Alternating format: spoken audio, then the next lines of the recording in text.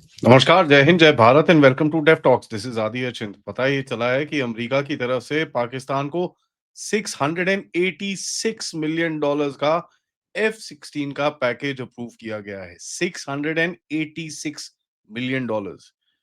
बोला ये जा रहा है कि यार एक अपग्रेड अपडेट कुछ ऐसे करने की है, वो हमको जो करना पड़ता है, हम अपग्रेड कर रहे हैं, हम अपडेट कर रहे हैं, तो ऐसी-ऐसी चीजें ऑब्वियसली बोली जाती हैं। This is not update, this is not upgrade, this is not any other up that they are talking about. This is basically called भाई जो ठोके हैं उनको रिप्लेस करना है। और मैं क्यों बोल रहा हूँ मैं बताऊंगा आपको। भैया 8 से 9 तो हमने ही ठोक दिए इनके। और यहाँ पर अगर आप देखेंगे 686 मिलियन डॉलर्स का जो पैसे हैं, this is far far larger than any other previous F-16 package. ठीक है। अब एक चीज बड़े ध्यान से देखनी पड़ेगी यार। देखिए उनको जो ठोके हैं उनको रिप्लेस करना है, जो जिनकी हालत खराब है उनको रिपेयर करना है। एंड कहीं न कहीं ये चीज़ दिखानी है कि नहीं, नहीं, नहीं, भारत ने कुछ भी नहीं ठोका है। और यही तो आपको दिख रहा है। मैंने ये कम से कम ऑपरेशन सिंदूर जब खत्म हुआ था उसी टाइम पे बोला था पाकिस्तान को, इनको पुराने कहीं से इधर-उधर करके थोड़ा ठीक-ठाक करके इनको जहाज मिल जाएँगे। And you will find in the next 6-8 months. मैंने उस टाइम पे बोला था, इनके जो नंबर्स होंगे वो यूएसए वाले कंप्लीट करेंगे। अब देखें, 125 मिलियन डॉलर्स मिला था थोड़े टाइम पहले, मतलब 1 डेढ़ पौने 2 साल पहले। डोनाल्ड ट्रंप के आने से पहले 230 मिलियन डॉलर दिया था इनको। एंड जैसे ही डोनाल्ड ट्रंप आया वापस, उसको दिया 450 मिलियन डॉलर। 450 मिलियन डॉलर का ये जो पैकेज अप्रूव किया था उसने। 450 मिलियन डॉलर के बाद अभी 686 मिलियन डॉलर्स। ये 6 महीने के अंदर इतने क्या अपग्रेड कर रहे हो भाई? इतने क्या अपग्रेड अपडेट कर रहे हो यार? कर क्या रहे हो? ठीक है? So this is just not upgrade update, this is replacement in right around very clear terms. अगर एक F-16 का अगर आप कॉस्ट देखेंगे आज, कॉस्ट देखेंगे उसका, it's about you know 30 to 60 million dollars. ठीक है। आप पूरा पैकेज वैकेज लोगे तो 280 मिलियन डॉलर्स तक पूरा इसका जहाज पड़ता है। नाउ जो रिफर्बिश मिल रहे हैं which are about available for about 20-25 million dollars का रिफर्बिश पुराने वाले, इनको आप खरीद के दे सकते हो। और बहुत देश हैं जिनके पास ये वाले पूरे हैं, पुराने पुराने जहाज हैं जो इनको थोड़ा सा अपग्रेड अपडेट करके दे दो। अब मैंने इसके ऊपर डिगिंग करी तो मिला क्या, देखिए भैया क्या-क्या सो कॉल्ड अपग्रेड हो रहा है। ठीक है, कंपोनेंट्स क्या-क्या हैं?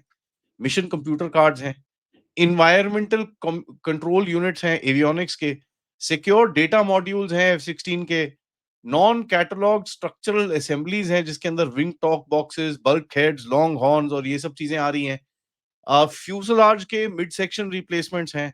ठीक है, इंजन मॉड्यूल्स हैं, हॉट सेक्शन ब्लेड्स ब्लेड्स हैं, टेस्ट रिंग्स हैं फॉर एमराम गाइडेंस सेक्शंस, जो उसके वो जो रिग्स होते हैं। एसएलईपी किट्स होते हैं जो 20 साल का एयरफ्रेम एक्सटेंशन करते हैं उसके अंदर। ना ये कोई रूटीन स्पेयर्स नहीं है साहब, दीज आर मैन्युफैक्चरिंग कंपोनेंट्स। ठीक है, ये मैन्युफैक्चर करने के लिए जब आपको मतलब जो टूटे हुए हैं उनको तो रिपेयर करने के लिए वो सब चाहिए। ठीक है? जो चीज़ मतलब जो थोड़े बहुत डैमेज-शैमेज हैं, अब देखिए आपने भुलारी के अंदर जो मारा था इनको शहबाज में, वहाँ पर कई अगर लेट्स से 6-8 वहाँ खड़े थे, तो ठुके तो होंगे ना, 4-5 तो ठुके होंगे, उसमें से 1-2 के अंदर कुछ डैमेज हुआ होगा। अब वो डैमेज को अगर आप रिपेयर करके करके निकाल सकते हो, और ये चीज़ मैंने उसी टाइम पे बोली थी, ये जो सेंट्रल कमांड वाले के साथ ये आसिम मुनीर गुच्ची-गू कर रहा है, this is basically to ask them कि यार ये F-16 देखो हमारे ठुके हैं साहब, कुछ तो दे दो, कर क्या रहे हो? यूएस खुले में आके कभी ये नहीं बोल सकता कि पाकिस्तान के 8 से 9 F-16 ठोक दिए थे भारत ने, ये कभी बोल ही नहीं सकता। सो भैया नए F-16 बेच नहीं सकता, तो करो क्या?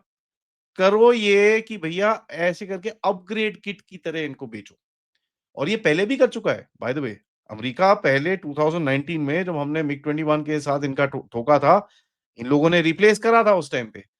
उसके बाद इन्होंने जॉर्डन में सेम चीज़ करी है, रोमानिया में करा है, बहरीन में करा है, ताइवान में करा है। And this is exactly how Washington hides new aircraft under upgrade packages ने। तो यार $1 बिलियन का अपग्रेड क्या कर दिया आपने F-16 के अंदर पिछले 1 साल के अंदर। $1 बिलियन।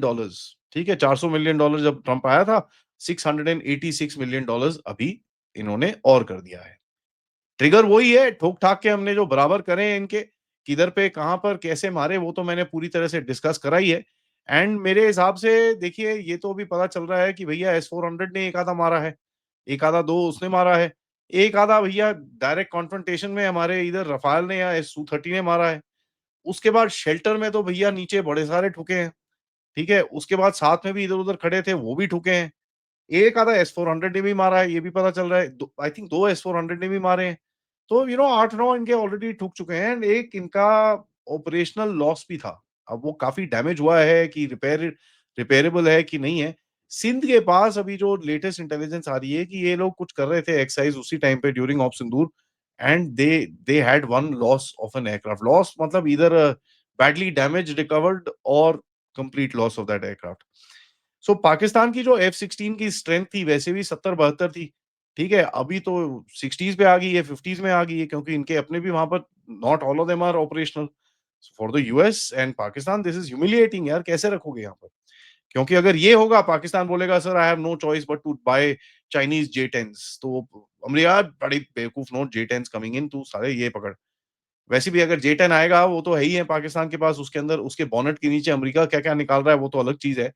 बट जो F-16 इनके यहाँ पर हैं, दिस इज समथिंग, ठीक है? F-16 का मतलब है यूएस का कंट्रोल पाकिस्तान के अंदर। ये चीज़ हमको बड़ी क्लियरली समझ में आनी चाहिए। $686 मिलियन, तो अगर $400 मिलियन तो हटा दो, वो तो रेगुलर टाइप उसको ही हटा दो आप। सो $280 मिलियन में अगर $25 मिलियन का, $30 मिलियन का एक-एक जहाज मिल रहा है, तो कम से कम 6 से 8 एयरफ्रेम आपके रिप्लेस हो सकते हैं यहाँ पर। यूरोपियन F-16 अब ये आए कहाँ से? आए यहाँ से अगर आप देखेंगे ये काफ़ी हद तक यूक्रेन के लिए भी इकट्ठे कर रहे थे।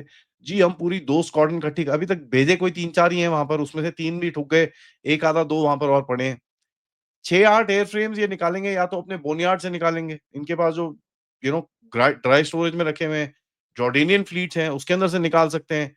यूरोपियन जो इनके लिए यूक्रेनियन के लिए इकट्ठे कर रखे थे, उसको रीपेंट करके इधर पे भेज सकते हैं, that that can be done. So lot of things, और ये चीज़ हम देख रहे हैं कि भैया यहाँ पर अमेरिका की flights are coming in and going out regularly. इसके अंदर कोई डाउट नहीं है। और इसके बाद मैंने आपको ये भी रिपोर्ट किया है कि जो कल मैंने आपके साथ अपडेट किया था, जहाँ पर न्यूक्लियर कमांड बंकर्स की मैंने बात करी थी, जहाँ के अंदर कम्युनिकेशन पैटर्न्स जो काफ़ी इनका जो फाइबर ऑप्टिक्स और ये सब चीज़ें जो उड़ी थी ड्यूरिंग ऑफ सिंदूर, उसका पूरा भी जो रीसेट करना है इंटू 3 डिफरेंट लोकेशंस, जो मैं बाय द वे आपके लिए ढूँढ रहा हूँ। वो 3 लोकेशंस के अंदर इनको वहाँ पे भी पाकिस्तान को हेल्प करनी है, तो उसके लिए भी थोड़े बहुत इधर-उधर।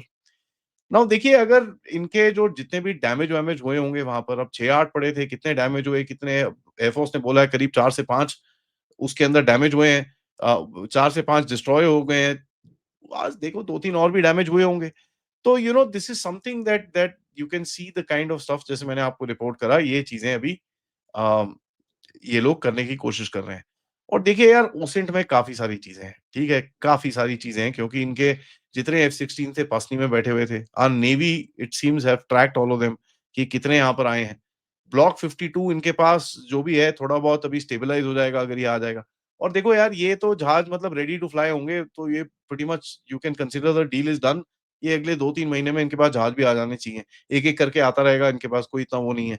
But at the moment this is one of the clearest admissions जो कल और आज के न्यूक्लियर बंकर और इसके बारे में अगर आप देखेंगे, that Pakistan got hit really, really badly. There is a panic inside the PAF, जिनको पता है कि भैया ठोकने का समय आ गया है, या कोई भरोसा नहीं, ऑपरेशन सिंदूर के बाद से इन लोगों ने शुरू कर दिया हो, अनाउंस अभी करा है। इट डज़न्ट लुक नाइस, सिंदूर के बाद ये सब चीज़ें करी थी, उस टाइम पे भारत के साथ रिलेशंस ठीक-ठाक थे, अब तो खैर डब्बे में जा रहे हैं। आपको पता ही है, राइस के ऊपर टैरिफ, इसके ऊपर टैरिफ, उसके ऊपर टैरिफ, तो अभी डब्बे में जा रहे हैं, इतना कोई फ़र्क नहीं पड़ता यार, चुपके से दे दो, इस टाइम पे कोई फ़र्क ज़्यादा पड़ेगा नहीं। पाकिस्तान बोलेगा जी मेरे को चाइना के पास जाना पड़ेगा, हमेशा से वो ये करता है। अमेरिका ऑफ कोर्स वो नहीं चाहेगा। और अमेरिका ये भी नहीं चाहेगा कि अगर वो चाइना के पास गया और ओसिंट वालों ने निकाल दिया कि इतने सारे मिसिंग है तभी ये चाइना के पास भागा है, and that becomes a news, it becomes quite embarrassing for America. Bharat के लिए तो यार स्ट्रेटेजिक मैसेजिंग है ही है, आपको काफ़ी टाइम से बोल रहे हैं कि भैया आप ज़रा बड़े इंडिपेंडेंस माइंडेड बात कर रहे हो, आप रशिया से बात कर रहे हो, और ये चीज़ मैंने आपको बोली थी, जैसे ही रशिया का विज़िट खत्म होगा, कुछ ना कुछ ऐसे बम पटाखे बजने शुरू हो जाएँगे। So they will start doing this, इसके अंदर कोई हमको डाउट नहीं होना चाहिए कि भैया ये पाकिस्तान के साथ ये इनकी रीआर्मिंग करेंगे और ये सब चीज़ें करेंगे, that should not be much of a challenge, क्योंकि अगर एक बार ही ठोक सकते हैं, I'm sure we can do it again, and we can catch them at a time when they really don't know. But it tells you the reality of the relationship with America, कि कितना सच्चाई है, कितना झुठलाई है और कितनी actual में चीजें ग्राउंड में होती हैं. Thank you for watching this video. Video को लाइक करिए, सब्सक्राइब करिए and share this with your friends and families. And of course, if you can do support the channel, QR code, PayPal, super sticker, super chats is the way to do it. दोपहर में हम मिलेंगे संजय दीक्षित जी से, जिनसे मैंने काफी एक depth में इंटरनल पॉलिटिक्स के ऊपर बात करी है. तो don't miss that episode. And रात को your studio will be there with something of course very special for you. नमस्कार, जय हिंद, जय भारत.